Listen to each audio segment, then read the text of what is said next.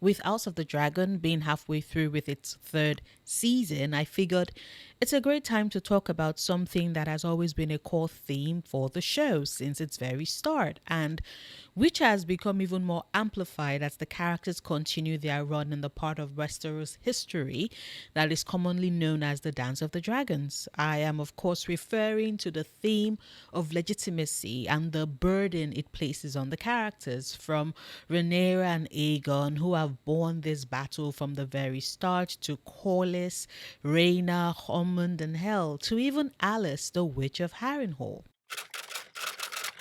Of course, when I say legitimacy, I am speaking in more broad terms beyond what it is commonly used for, i.e., specifically in cases of government and rulership, which, when you consider it, is what kicks off the premise of the entire show in the first place. Viserys Targaryen the First, not to be confused with his grandson Viserys the Second, is desperate for a legitimate heir, a son to take the Iron Throne, and after his wife Aemma fails in being able to give him said son and even dies as a result of it, Viserys names his daughter his heir, which already caused quite the commotion in the more patriarchal system that governs Westeros. I think it is important to remember that the Westerosi nobility is more inclined to trust in the faith of the Seven and believe that men are born to rule, something that is a bit different for Targaryens since their Valyrian upbringing prides itself on the importance and might of their dragons.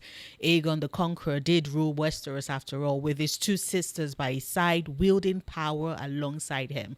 It's not too much of a stretch for Viserys to believe his daughter is quite capable of ruling the realm since she is a dragon rider.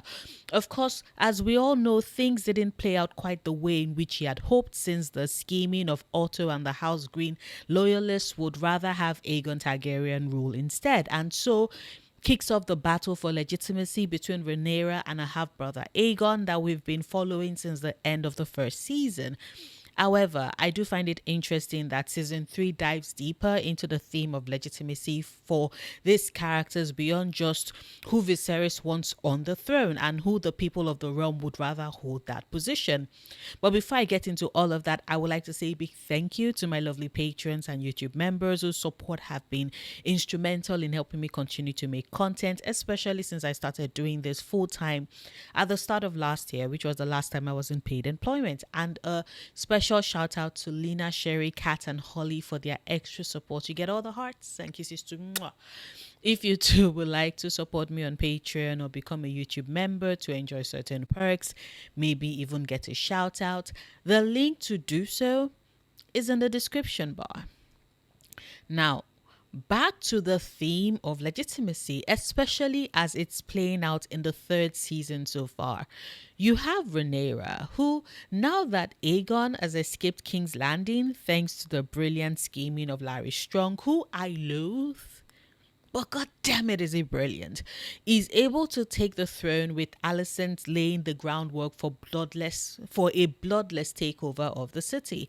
The show has always made it a consistent part of Rhaenyra's characterization that she's driven by the desire to do right by her kingdom and uphold the trust that her father had imparted onto her when he named her his heir. She makes her decisions not based off of her own principles or beliefs, but rather makes Viserys her North Star, the guide behind her decisions, which ideally would have worked brilliantly for her because in her memory, Viserys was a great ruler and is the metric with which she intends to measure her own rule. Until, of course, you remember that Viserys gave his hand so much power over his own affairs that it ultimately led to Otto scheming against Viserys' own desires and wishes at the very end of his life. Rhaenyra loves her father, wants to do right by him and follow in his footsteps, but what she fails to consider is that the premise within which she inherited the throne is vastly different from what her father had experienced. Viserys came into power at a moment of relative peace, one that had been acquired and cemented by his grandfather. And when the choice came to be between himself and Rhaenys, Westerosi's insistence on not having a female monarch meant that Viserys got the Iron Throne with minimal pushback or backlash. There was no need for Viserys to have to fight for his legitimacy, since the realm itself stood united behind his choice as the king. The same cannot be said for Rhaenyra, who has to battle those who are loyal to Aegon and consider her the usurper to the throne that had been promised her when her father named her his heir.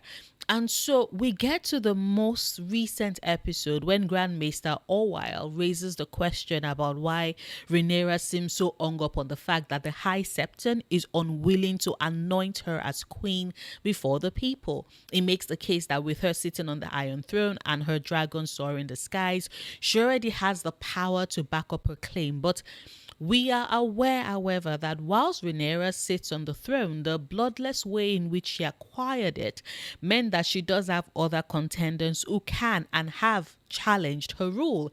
And so what she seeks desperately is a way to legitimize her throne. However, she doesn't get that with the High Septon, which is why, narratively speaking, she then turns to her North Star, her father, to be the guiding light for her actions, and in doing so grant legitimacy to her rule. Something that book fans know didn't work out quite the way in which she had hoped, especially with the way in which she is remembered in history. I'm not going to go into details as I do not want to spoil further events, but I do find it interesting that in the light of her not being able to get the proper coronation or recognition by the faith that would have helped sealed her position, she seeks to make her reign legitimate in the only way in which she knows how. This is different from Aegon, who has gotten the coronation and the anointing before the people by the High Septon, even though his was rushed and, as we recall, was crashed by Rhaenys and her dragon, but it happened nonetheless. And yet events of the season has him scrambling about trying to survive Rhaenyra's ascension to the throne with the hope that he would one day get the chance to return. And yet, whilst this happens with the stripping of everything that makes him a royal, that makes him the king, Aegon basically turns into yet another person, crippled and scarred by the war that has ravaged the land, walking amongst the very people he hopes to rule, but who hold no recognition for him. His brother's ascension to regency has meant that Aegon has experienced what it feels like to have the power that is meant to be yours stripped away from you, the recognition that is meant to fall to you, give way beneath the scars and burns that you now carry. He doesn't have the weight of kinghood anymore, nor does he have the legitimacy to back it up. It's all being stripped away from him, and we see him and Larys try to navigate their way to try and gain it back. And in so doing, Aegon suffers all the degradation and to him mockery that he would never have had to experience were he still to be king. That is what clearly becomes his driving force. And then there's Ormund, who we see play the long con that had him swapping the Daeron that was put in Rhaenyra's care for someone else, whilst he keeps the actual boy to serve as a figurehead king that would restore the Hightower glory that it is quite clear is what is driving Ormund's actions. I mean, Orwell already gives it away that back when Otto served as Hand, Ormund Hightower turned Old Town into its own little fiefdom that governed itself and saw him with actual power that is now slipping through his fingers with the war that has found its way to them. I find it interesting that we see in the season the envy as well as disdain that he has for the Targaryens. He's raising a Targaryen son, but he has him chained down his dragon and is attempting to brainwash Daeron to see himself not as a Targaryen who to Ormond are brutes with dragons, but instead as a Hightower. A very interesting delineation when you consider that Alicent did mention to Rhaenyra that her cousin fancies himself a scholar, someone who is obsessed with literary works and carries himself as such. He looks down on the brutality of the Targaryens, and yet it is quite clear that he values and desires the power that they wield. He believes that said power should belong to him and his family, to those who keep the faith, and disdains anything that is attached to his nephew's lineage, even while he tries to benefit from it. Hell, Ormond even spawns Daeron's plea for mercy on behalf of the Weaver's husband by making that claim that such pleas are a sign of Viserys' weakness, completely ignoring the fact that it is by virtue of Rhaenyra's desire to forge her legitimacy by walking in the path that her father would have taken that thus resulted in his life being spared and him living long enough to plan the scheme that would put Daeron on the throne. Because we all know that if Rhaenyra had followed Daemon's advice in that moment and acted more like her husband instead of her father, that same mercy that Ormund scoffs at is one that would not have been extended to him, and he and his men would have burned for it. We see in Ormond a drive to legitimize the Hightower seat and power, their belief, what they stand for, or rather what Ormond thinks they should stand for. And so in that regard, his goal is to turn Daeron into the puppet that would see those dreams of his realized, even if it means setting Daeron against the rest of his family. Because as we can now deduce, there are 4 separate claimants for the Iron Throne. It's gone from this merely being a war between Aegon and Rhaenyra to Aemon throwing himself into the mix, what with Aegon's initial injury and then Aegon fleeing King's Landing. And now there's Daeron to contend with as well. And yet, like I stated earlier at the start of the video, the theme of legitimacy within the show, but particularly this season, doesn't simply apply to the fight for the Iron Throne and who gets to be the legitimate ruler of Westeros.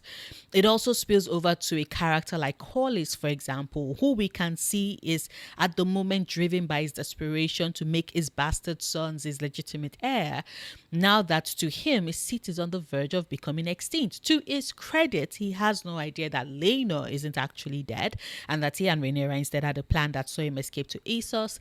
Corlys believes his son to be dead and knows his grandsons are dead as well. Joffrey, who is the only named Valerian, is being raised to be Rhaenyra's heir. So to him, it wouldn't cost Rhaenyra much to legitimize Aelin and Adam as Valerians, publicly confirming Corlys' claim of them.